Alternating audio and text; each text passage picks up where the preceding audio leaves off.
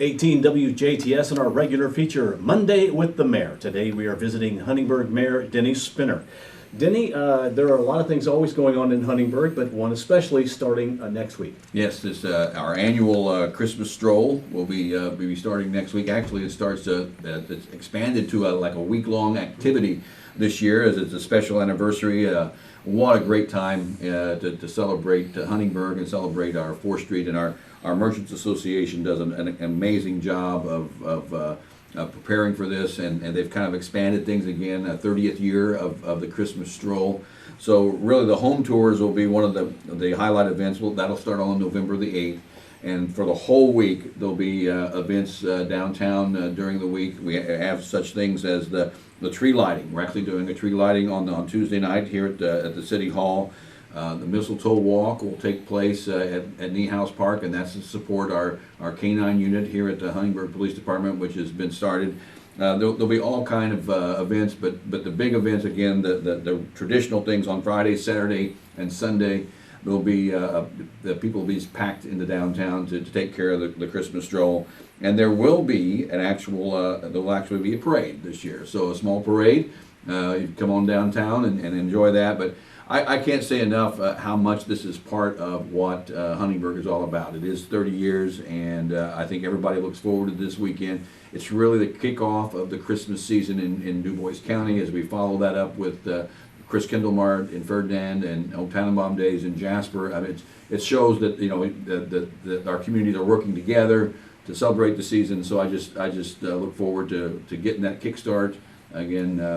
For our merchants, it's an amazing time for them. And just come down and support them, and enjoy the atmosphere, and just get a good feel of what Huntingburg's all about. Well, really, it's a great time for the community to come together for community reasons, but it's also important for the merchants. Absolutely. This is an important time for them. These people invest in our community every day. Their time is down there. Every merchant has an investment to make. And this is a great way for our community to support them, give them thanks for the work that they do all year long. And they have a lot of folks have invested greatly in our downtown in the last year. And I think that everyone would enjoy a chance to go through the stores, thank them for their efforts here, and just enjoy a great weekend of atmosphere. And now we're talking about the holidays. Some people don't have such a great holiday. Right. They may be needy, and Huntingburg has an assistance fund. Right. For over 20 years now, we have the Huntingburg Assistance Fund that is designated to help agencies that touch various aspects of life throughout Huntingburg. We've had Shared Abundance has been a regular recipient of assistance from the Huntingburg Assistance Fund, TRICAP, Generations. We try to focus on agencies that support across the board, needy families, needy individuals that need that little boost, and that always happens around Christmas time. The grants will actually go out in December. But those agencies that are interested in maybe getting support from our fund can contact the Du Bois County Community Foundation. How to apply for the Huntingburg Assistance Fund.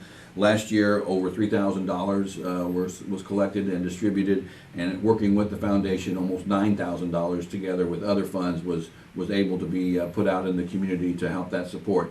And then, that's a time of year. Huntingburg has always been the one thing great about our community is they respond to need. And when that need is demonstrated, there is always a great deal of giving that goes into that.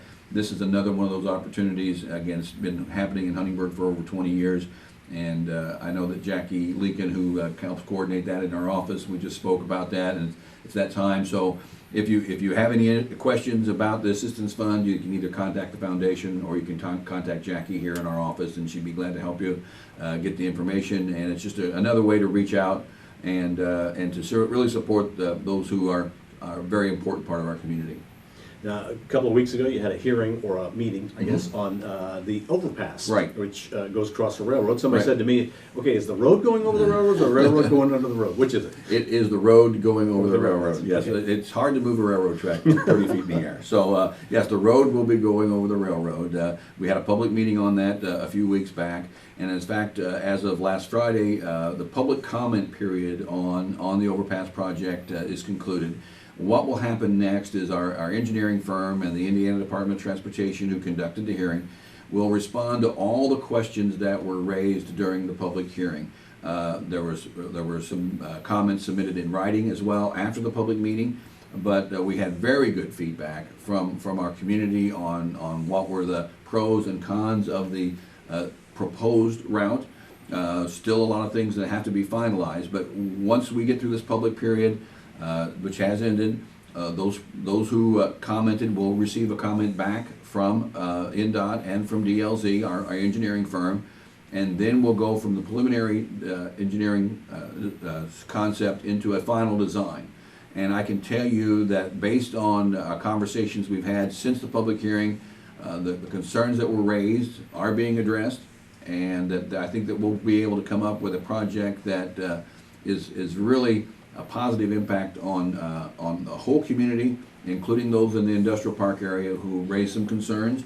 They did a great job of not only raising their concerns, but showing options that would be a viable solution. So I really appreciated hearing that. So probably within the next 2 to 3 weeks, we'll start hearing, get response to those comments. Timeline-wise, we're still looking at a bid document being ready in 2017 with a construction in 2018. So we're still a couple of years off for construction, but after 50-some years, in a couple of years we can wait just a little bit longer, because we want to make sure that we have a project that fits the community well and fits our needs and does not cause any undue transportation problems as we make this move. So it was a good process. It's still at the very beginning of the design phase, but I think we're going to see some positive results from what our hearings were here in our community. Well, Mayor, thank you very much. Thank you. Appreciate you taking your time. You have a good evening. You too. And thank you for watching WJTS. We do want to remind you, coming up here yet on WJTS News, we'll be talking with Judy Brown and Brenda Summersheim with the DuBois County Soil and Water Conservation District, and an award that they'll be getting. This is WJTS. We're local people watching local people.